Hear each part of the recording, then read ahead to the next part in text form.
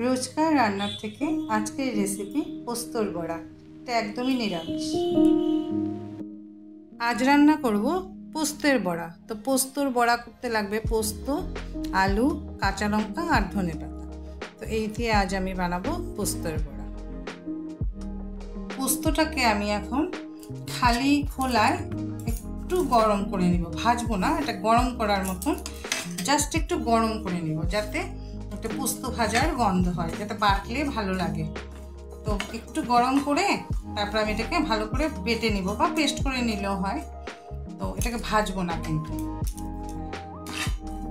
2 minute একটু গরম ইসেতে তাওয়াতে রেখে বা গরম প্যানের মধ্যে রেখে ব্যাস এখন আমি গ্যাসটা অফ করে দিলাম।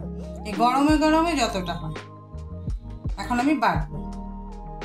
এখন আমি যে আলুটা ছিল আলুটাকে সিদ্ধ করে নিয়েছি আর পোস্তটা এই যে বেটে নিয়েছি। তো এখন আমি এটাকে মাখবো। তো এই যে আলুটার মধ্যে আমি পোস্তটা বেটেছি, যে এই পোস্তটা দিয়ে দিব। পোস্ত বাটাটা দিয়ে দিলাম, পোস্ত বাটাটা একটু বেশি লাগে। আর দিয়ে দিব ধনে পাতা, ধনে পাতাটা অল্প ধনে পাতা আর কাঁচা লঙ্কা কুচি। কাঁচা লঙ্কাটা বাটার থেকে কুচি দিলেই ভালো লাগে, তাই আমি কুচি দিলাম।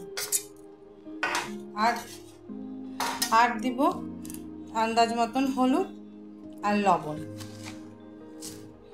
স্বাদ মতন লবণ দিয়ে দিলাম।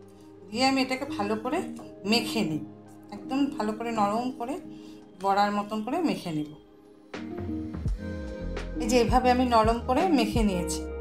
মেখে এটাকে এরকম করে একটু চ্যাপটা শেপ করে এরকম নকড়া দিয়ে একটু চ্যাপটা করে নিব। এইভাবে করে দিয়ে এখন আমি এই যে পোস্তটার মধ্যে এইরকম করে একটু হালকা এপিট দিব আর একটু এপিট দিয়ে এই যে রেখে দেব। এইভাবে আমি সবগুলো বড়া তৈরি করে নিই, তারপরে তেলে ভাজবো। তার মানে একটু এই সাইড আর ওই সাইডে যদি একটু পোস্ত যদি লাগিয়ে দিই তো একটু বেশি সুন্দর গন্ধ হয় পোস্তটার। তো এই জন্য এইভাবে একটা সাইড দিলাম আর একটা সাইড এইভাবে দিয়ে এরকম করে আমি সবগুলি বড়া করে নিই। এখন আমি কড়াইতে তেল দিয়ে দেব। তেলটা এতটুকু দিতে হয় যাতে মানে আধাটা বড়া ডুবে, আবার যখন উল্টে দিব তো আধাটা বড়া ডুবে, সেভাবে তেলটা দিলে ভাজাটা ভালো হয়। আর তেলটা কড়াই সেটা প্যানটা গরমই ছিল, তো তেলটাও গরম হয়ে গেছে। এখন আমি একটা একটা করে বড়া দিয়ে দিই। মিডিয়াম আছে এটা আমি 2 পিঠ ভেজে নিব। কেন কি গরমের দিনে দেখবে এই ডাল বড়া বা ভাজা এসব দিয়ে খেতেই ভালো লাগে। আর এই বড়াটা না ডাল দিয়ে খেতেও ভালো লাগে বা শুকনো লঙ্কা ভাজা দিয়েও খেতে ভালো লাগে।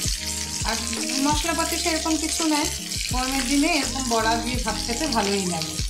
তো আমি এখন এটা 2 পিঠ মিডিয়াম আছে ভেজে নিই।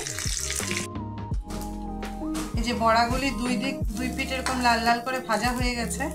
এখন আমি এটা উঠিয়ে নিই। এই আমাদের হয়ে গেল পোস্তর বড়া। খেতে ভীষণ ভালো লাগে। এমনি আমরা পোস্ত বাটা তো খাই, তো এটা বড়া করে খেতেও ভীষণ ভালো লাগে। এখন আমি সবগুলি বড়া তুলে নিব। এই আমাদের হয়ে গেল পোস্তের বড়া।